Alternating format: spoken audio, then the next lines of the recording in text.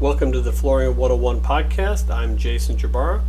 This show is dedicated to helping flooring retailers build better businesses through proven systems for sales, operations, marketing, and leadership.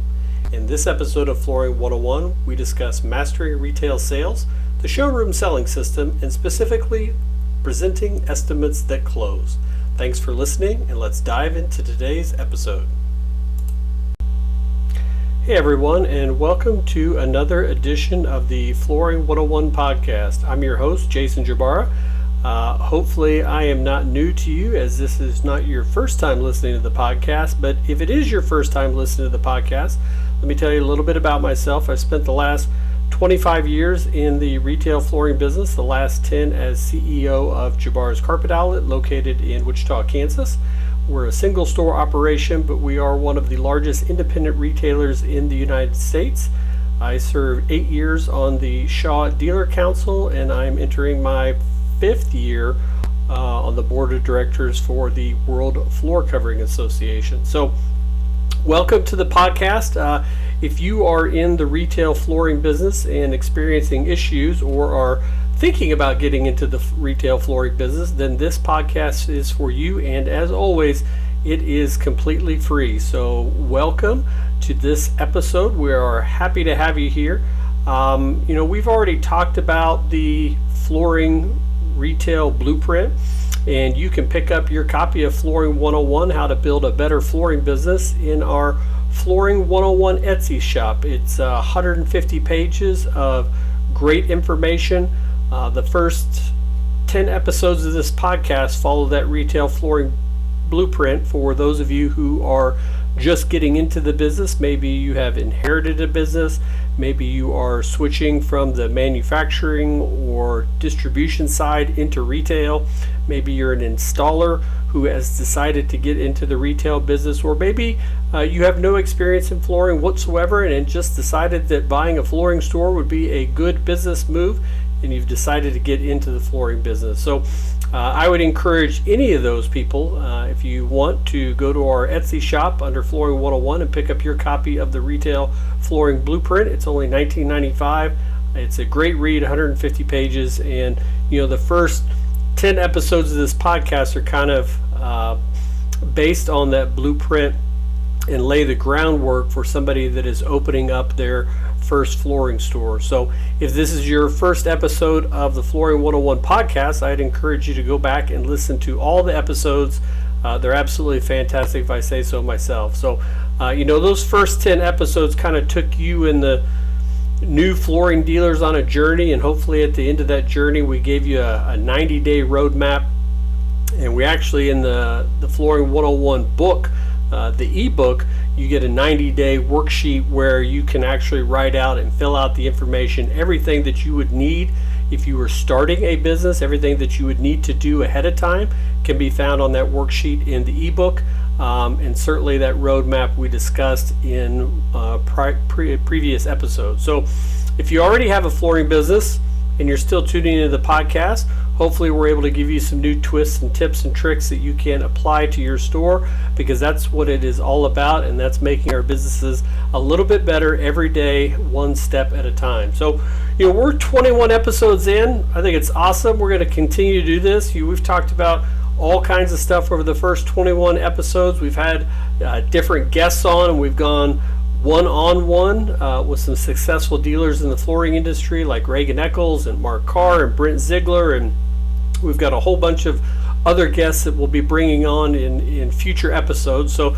I hope you enjoy those conversations, because we're going to have more guests pop in from time to time to kind of let you know what makes their business unique, what part of the country in, whether they're commercial or retail, whether they do installation or not. Maybe they sell some ancillary stuff. Maybe they do cabinets or blinds or solid surface. So these are industry professionals who are just like me and just like you if you're listening. They're in the weeds every day, grinding it out, trying to make their businesses better, and they're some of my best friends in the flooring business, and I continue to learn from them every day, and that's what it's all about. Picking up best practices from other successful dealers and just figuring out a way to integrate some of those operations into your business. And I'm I'm big on systems. I'm big on operations.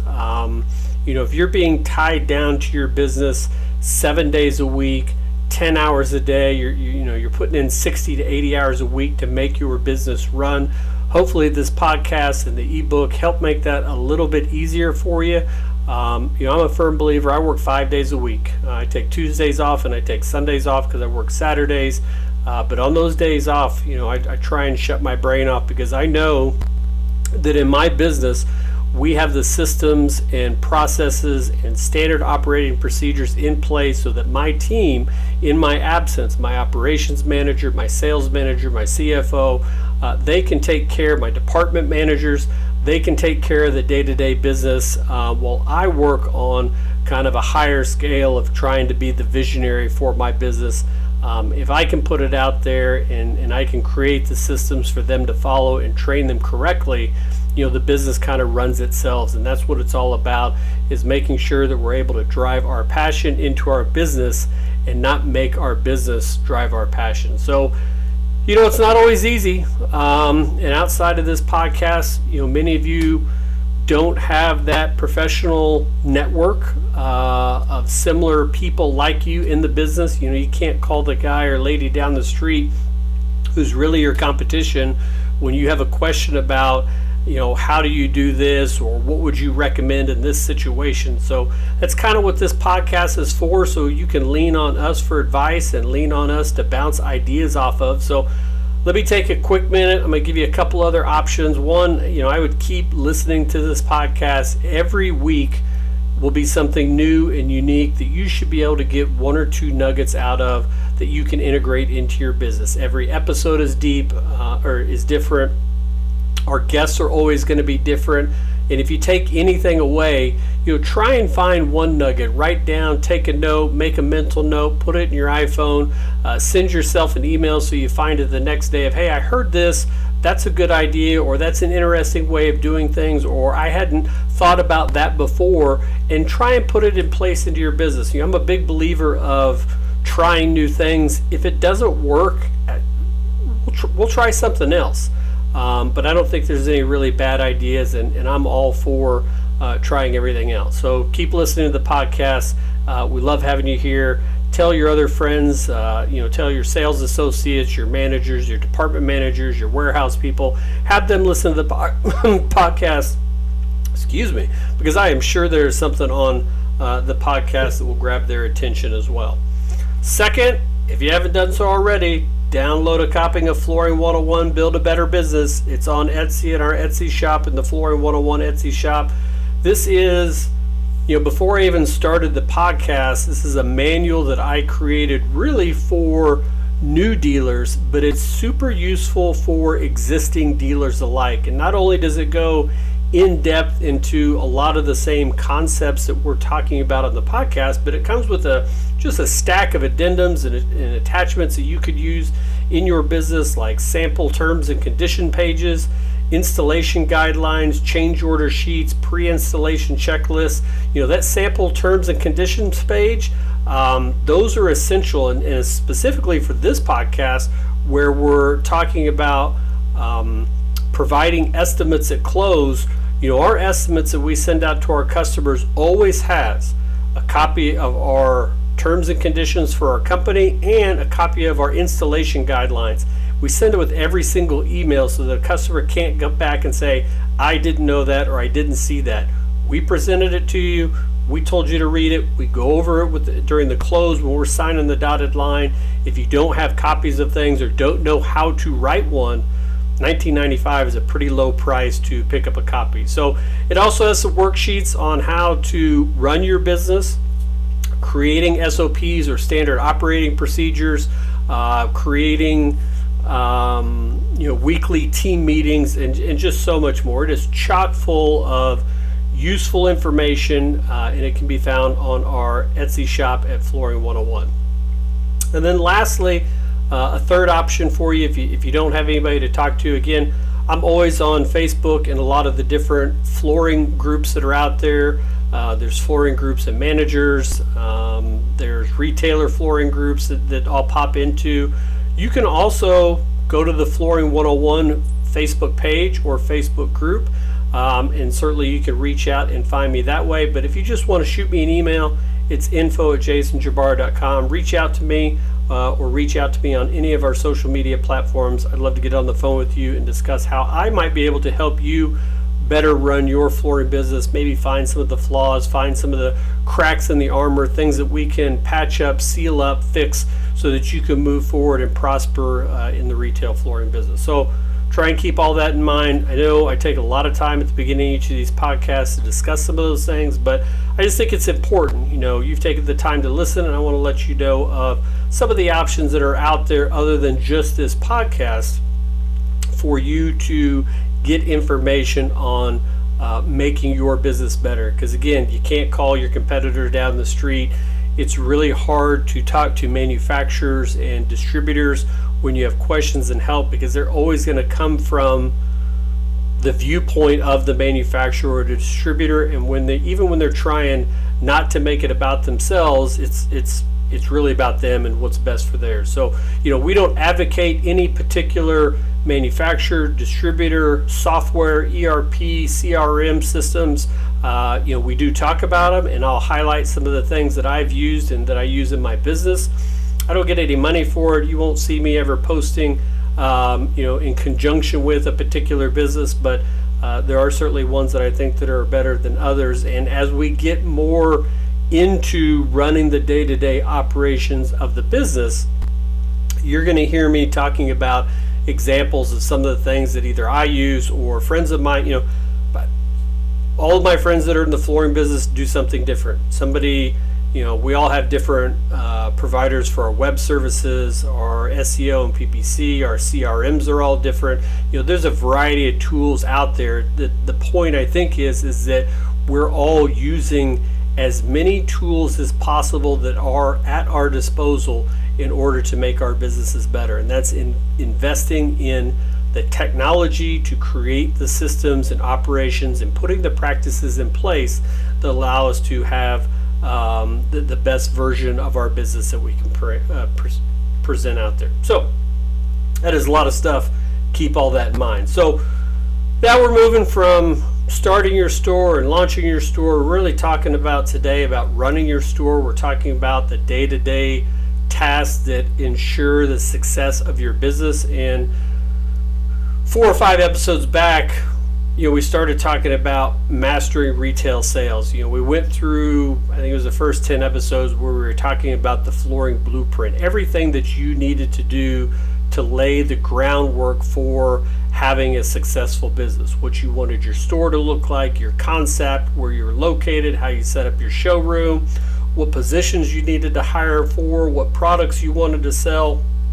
All of those different things, whether you were going to offer installation or not, all of those different things have to be taken into account before you actually launch your store. But now that your store is launched, now we're talking about running your store. You're open for business. We're talking about the day-to-day tasks that will make you successful. So we're really talking about mastering retail sales. I'm not an expert on commercial sales. We don't do spec work. I don't talk about architectural work. We're talking about retail sales and the showroom selling system. And we've covered the modern flooring buyer, how to design a high converting showroom, the 5-step retail process, which, remember, greet, qualify, educate, quote, and close. We talked about qualification without awkwardness, which is in that qualification part of the 5-step process. And then last week, or the last episode, we talked about good, better, best selling, and really trying to focus your customer or your client into 3 options depending upon what they're doing. You know what part of their home they're doing, whether it's a kitchen or living or a bedroom. You know what type of flooring they're really interested in, whether it's vinyl, plank, laminate, wood, carpet. And once you get that narrowed down, once you qualified them into the area that you both agree on what is best for their home and their situation, then it's time to present products to them.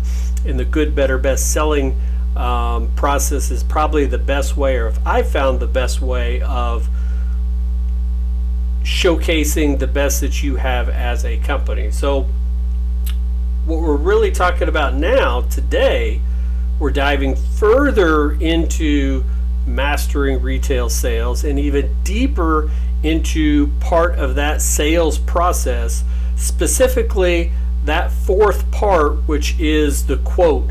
And so we're discussing presenting estimates that close.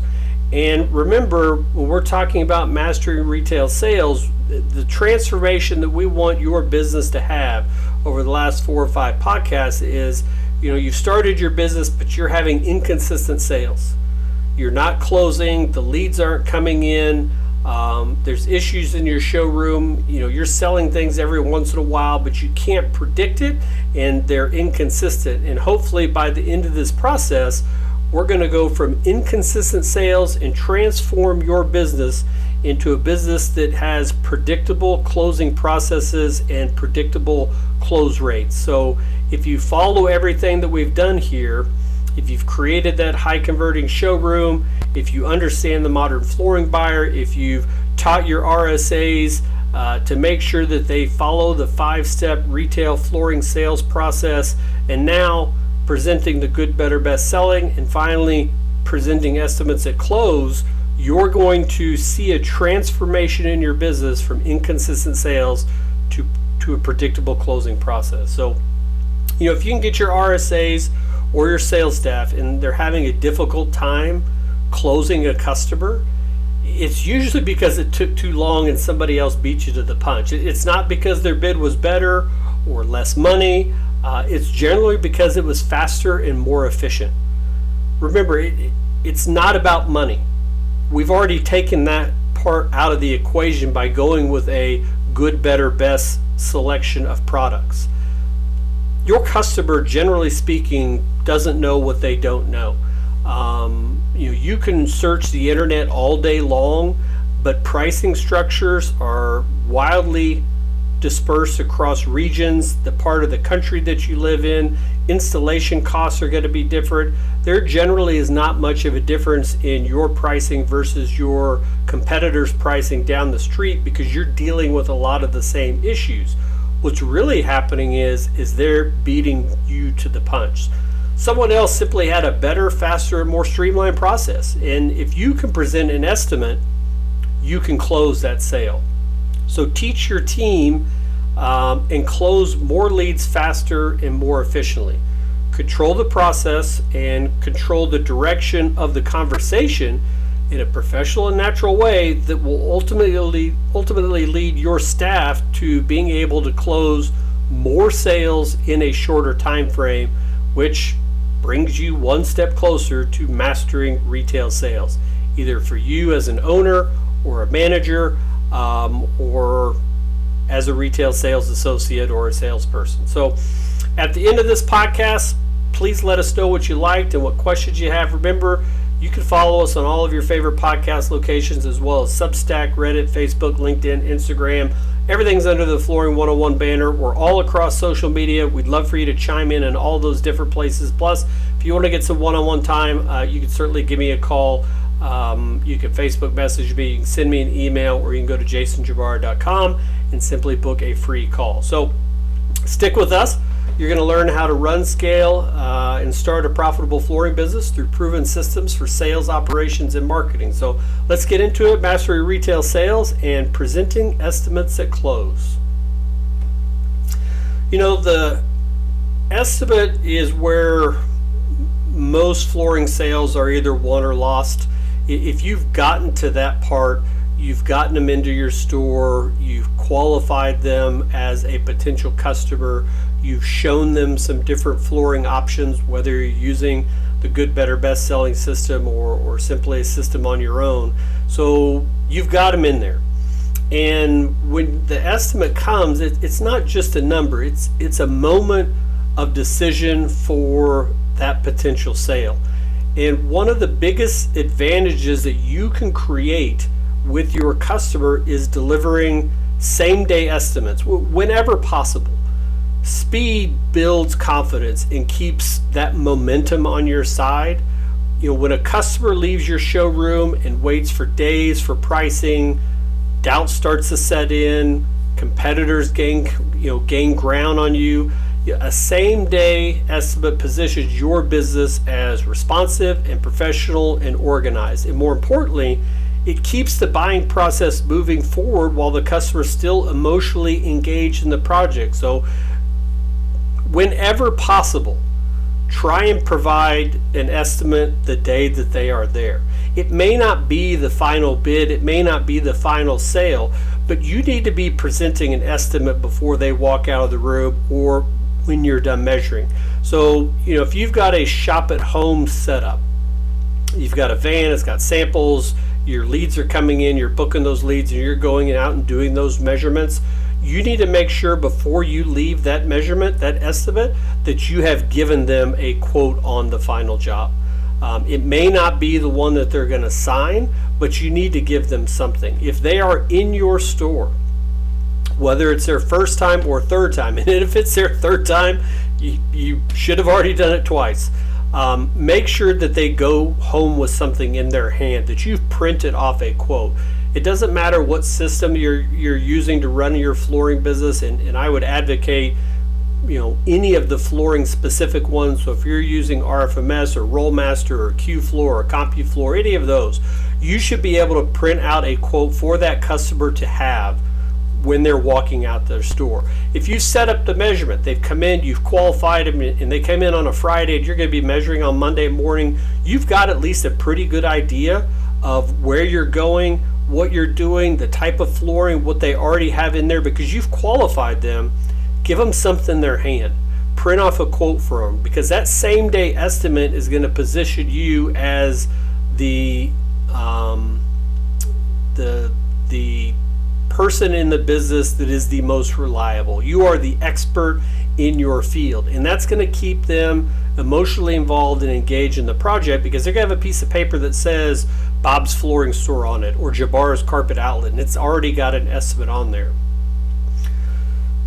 If you have to wait for a measurement, how you present the estimate matters just as much as how quickly you deliver it. If we're not able to provide a quote in the store, there's too many factors involved and we have to wait on that estimation.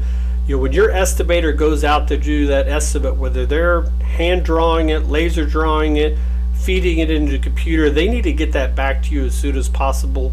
We use RLM. There's a lot of other great systems out there. My estimator can go out there, do all the measurements, can take photos of them on his phone. He can take his phone, he can upload them right into our lead, and the sales staff can see that lead, and then they can see the pictures of the room, they can see the measurements already on there, and they can work on that quote as soon as my estimator is done measuring while he's going on to his next estimate, so that they can work on their quote and present it to him. Because if it takes you 2 or 3 days to get a quote together, you've already lost it. You need to stay in constant contact with them. So once you get that information and you've created that quote, now it's about delivering it. And a structured quote presentation will break down the job clearly. Materials, installation, any add-ons, so that the customer understands exactly what they're paying for.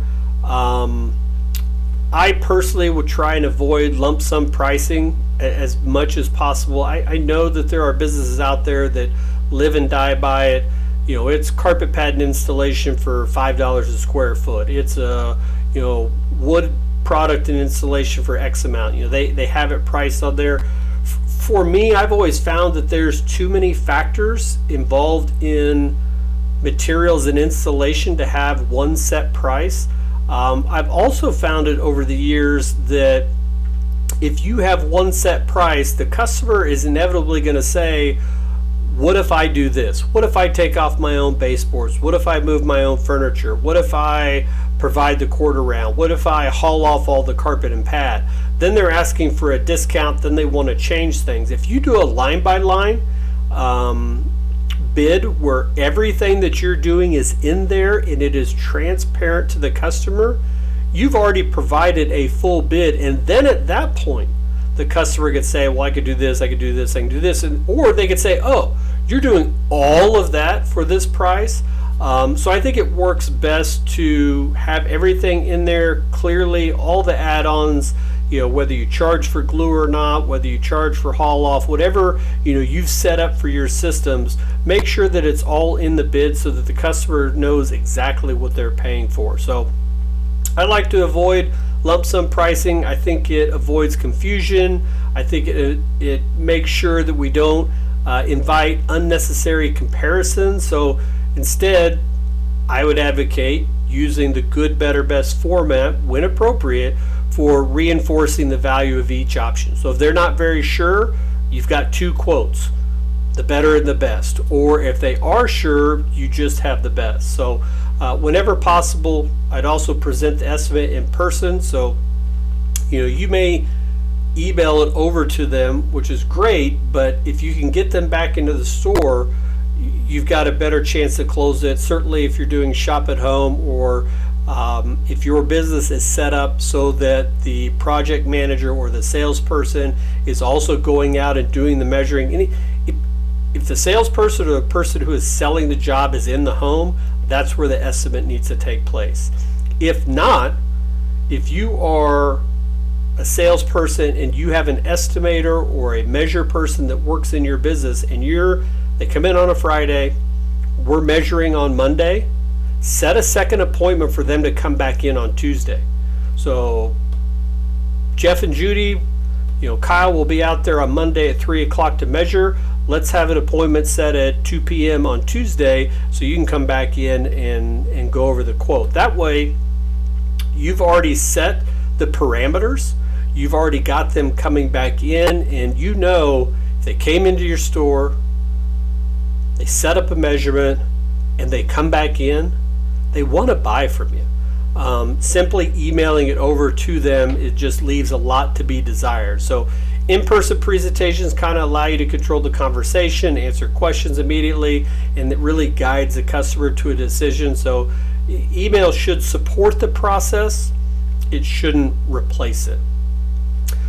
Creating urgency is kind of another critical component, but to me it's really got done ethically. I'm not big into high pressure sales. That goes back to the initial blueprint, whether you're going to have your salespeople work on salary, hourly, commission, base plus commission. But pressure driven tactics to me damage trust, while transparency builds it.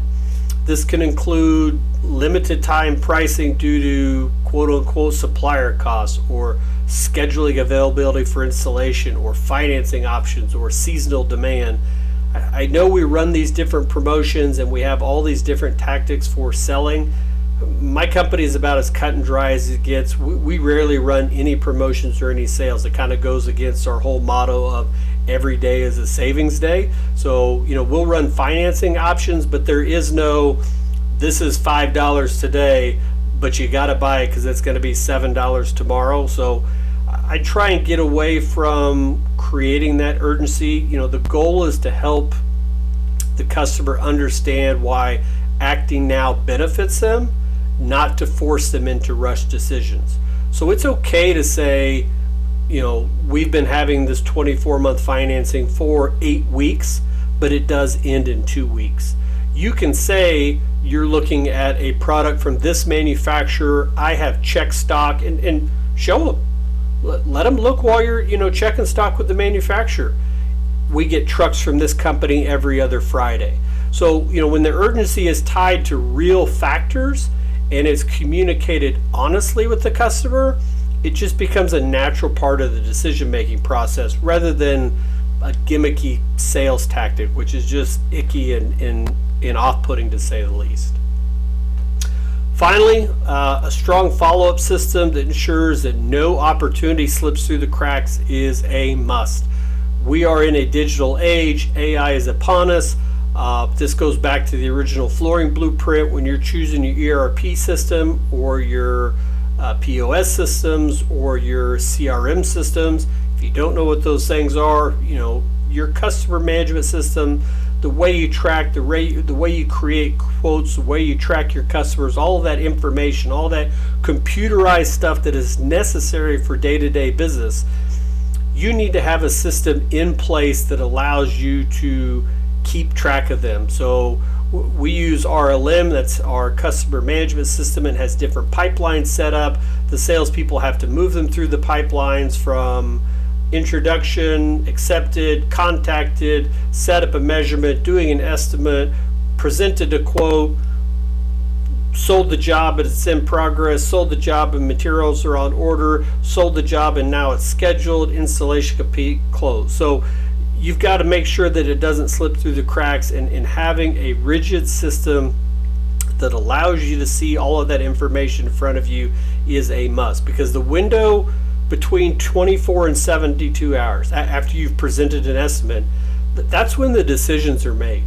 You know, this is when a customer, they're comparing their different options, they're discussing with the decision makers if they weren't all there when you presented the estimate to begin with, and that's when they're narrowing their choices down. So a structured follow-up, whether through calls, text, automated messages, there's a lot of great tools out there from a lot of great systems. You could use Call, you could use MailChimp, simple emails work. You know, we have a system where when we move them into the quoted system, it sends them both an email and a text message. When we set up an estimate, it sends them an email and a text message. When we sell the job, it sends them a text message and an email, you know, with various sayings: thank you for purchasing, thank you for setting up a measurement, it's on this date and time, you've had an estimate sent to you, please reach back to your salesperson. You know, it keeps your business top of mind. It reinforces your professionalism. I think the businesses that are the most successful are really those that are trying to stay on the cutting edge of technology without going over the head of the customer, by keeping it intact and transparent and honest. Because the key is consistency. Because when every estimate is followed by a clear, timely, followed up process, you increase your close rates, shorten your sales cycles, and you're going to turn more opportunities into revenue. It's really about who gets there first. You've already figured out a lot of the numbers. They already have a good idea of cost. So, you know, again, we always send a terms and conditions sheet. We always send installation guidelines. Another thing that we do, we send 2 estimates, or we present them with 2 estimates. The first is their estimate for, you know, their materials and labor and all the things that go with it. We present them with the second estimate.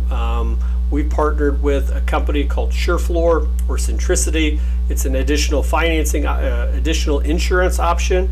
It covers everything that the manufacturer doesn't cover or your installation guidelines don't cover. That in between, that scratched floor, that dented floor, that high traffic area that doesn't look good, that's what that insurance is for. Again, we don't sell a lot of them, but we give the customer the opportunity to see it, with the added caveat is we're presenting something to them that nobody else in my area has. So whether they choose to buy the extra insurance or not, you know, we don't make a lot off of the insurance.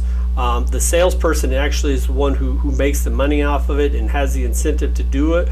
But what we have shown the customer is not only are we presenting you an estimate when you're probably going to get a similar estimate from another company, but we're presenting you something that nobody else has, which gives us another advantage. This is a little throw in for there. There's not a lot of companies that do it, but it's something, you know, a nugget hopefully you can take with you and maybe think about. So presenting estimates at close, same day estimates, structured quote presentation, follow-up automation, however that is with whatever systems you're using, same day estimate advantage, structured quote breakdown. I like line by line. I do not like bulk pricing.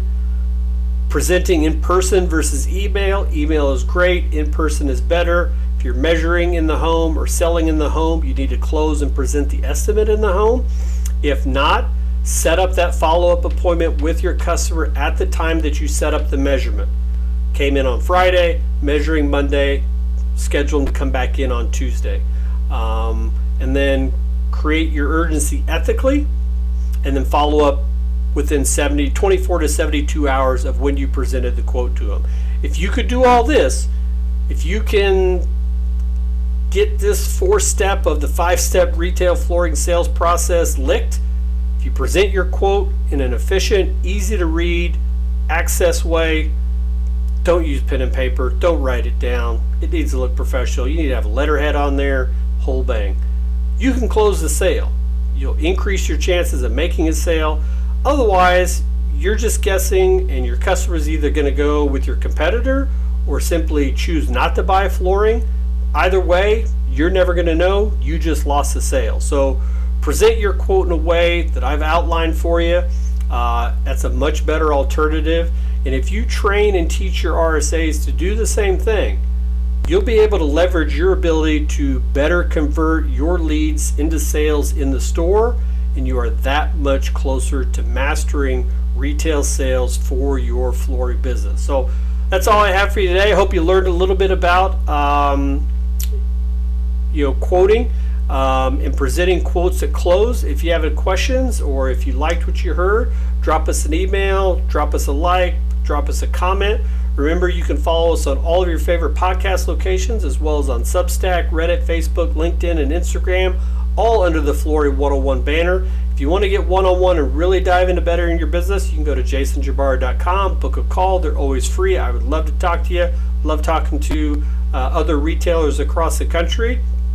We'll see you next time, where we drill down even more on that 4th step of the 5-step process, because after you present the quote, they're going to have questions and they're going to have objections.